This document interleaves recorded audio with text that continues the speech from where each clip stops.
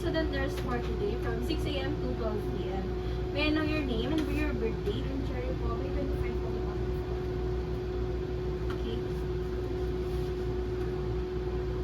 So today I will be performing the peripheral vascular system to assess your circulation and blood flow. So this will involve light touching and inspection. Is that okay with you? Okay. Can you take your seat here?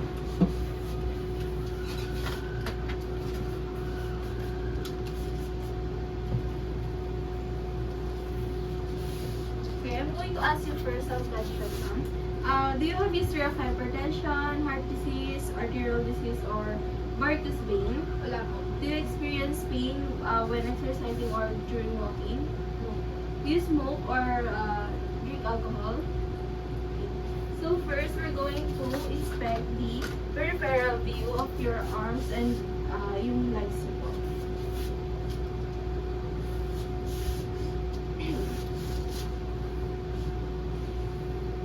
Okay, so no presence of abnormalities. Next is, I'm going to assess the peripheral perfusion. So, dito lang daw.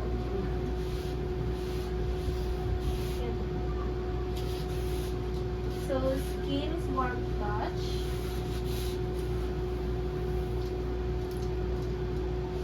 No presence of edema or lesions, and the color is appropriate for the ethnicity.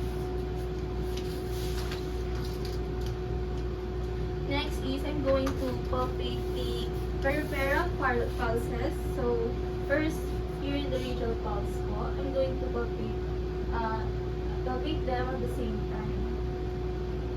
So, the pulses are symmetrical, rhythm is regular, and the strength is normal, which is +2, and the rate is within normal limits. Next is the brachial pulse. So, just like what I did in the radial pulse.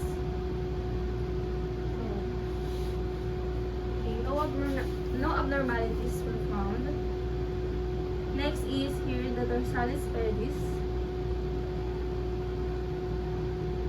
The pulse is strong and symmetrical and within normal limits. Next is the posterior tibial. So the pulse is good and symmetrical, rhythm is regular, and the strength is normal, which is +2, and the rate is within normal limits. So overall, no abnormalities were found. Next is, I'm going to assess the peripheral veins to see if there are any presence of phlebitis or tender during palpation or pain in the calf muscle when dorsiflexion on both foot. So, press ko muna namin. And I'm going to check at the back of the leg for presence of varicose vein. So, no presence of edema and varicose vein. So, ma'am, I need you to flex your knee po. Do you feel any pain? So, no presence of Kuhlmann signs.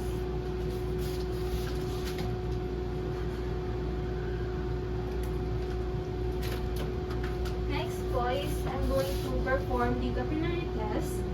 So,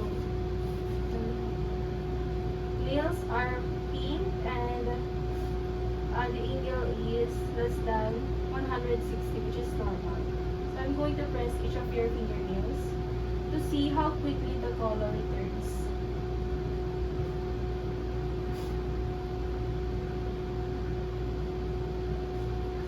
So the capillary refill time, the color returns quickly in less than 2 seconds. Next is in the toenails. So the toenails is pink and the angle is normal, which is less than 160. So I'm going to press each of your toenails po.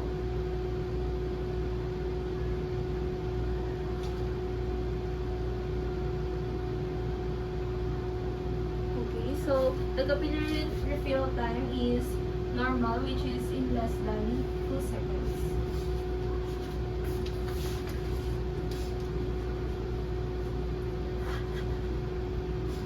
And lastly, ma'am, is we're going to perform the Burger's test, which is I'm going to raise her leg po at the angle of 90 degrees or as tolerable as you can for at least 1 minute.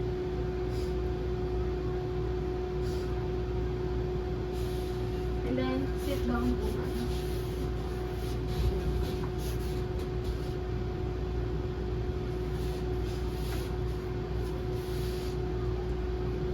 So, raising the leg, the collar returns rapidly, and when lowered, no rubor or no pain.